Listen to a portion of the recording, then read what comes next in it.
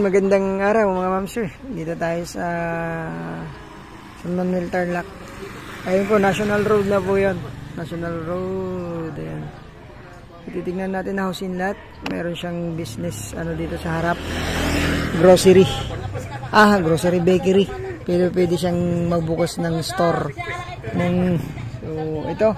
140 square meter mahigit. May bahay na rin. House in lot. So, pwedeng mag-business. Ayan. So, pasukin po natin mga ma'am sir. From Tiplex to, mga 10 minutes. Yung Tiplex Rosales dito. Pero pwede din sa ang exit natin. 10 minutes din. So, 2 oras lang siguro. Less pa. Galing pong Manila. So, ito po yung Ito man. Ma'am, pwede pong pumasok. Pasok lang po. Ayan. Thank you, ma'am.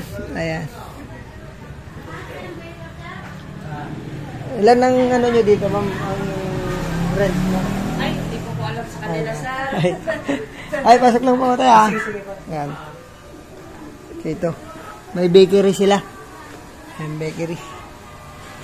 Nagre-rent po sila, Kainin mo sana. Ayan.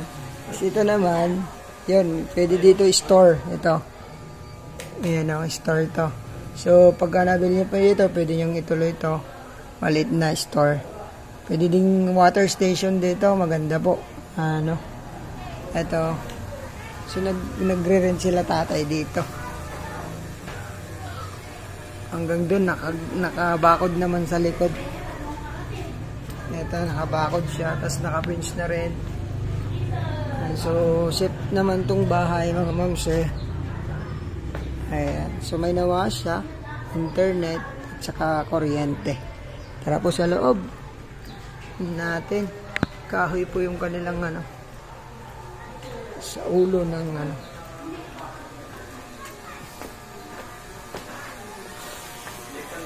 Naka-tiles po.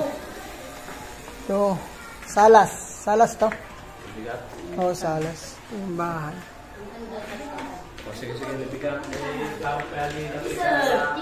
Ito na ay CR. CR dito sa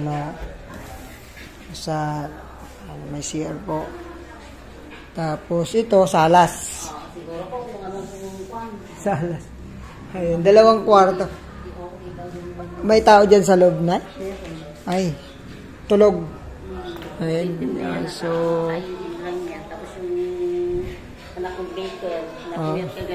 tulog po yung hindi natin mapasok yung kwarto. Pero maluluwang po naman po maluluwang yung kwarto. So, ito po kailangan lang ng dito bubida, tapos pintura na naman to, palitadaan. Ayan. So, tagasan kayo nagre-rent kayo dito? Kuya po.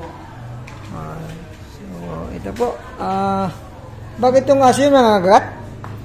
Ang cute. Mabait yan. Itsura lang niya. Ayan. Ayan, may space pa dito. So, ayan po. 140 square meter, may git. Nari sa labas.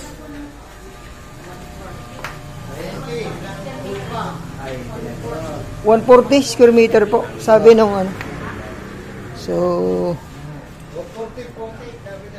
140.8 daw. So, ito. Along tow lane. So, sa mga naghahanap po, mura din naman to. Malapit sa National Road. Siguro, National Road, 300 meters. Ito po, ang ganda. Ayun po. Thank you po. God bless. Masalang lahat.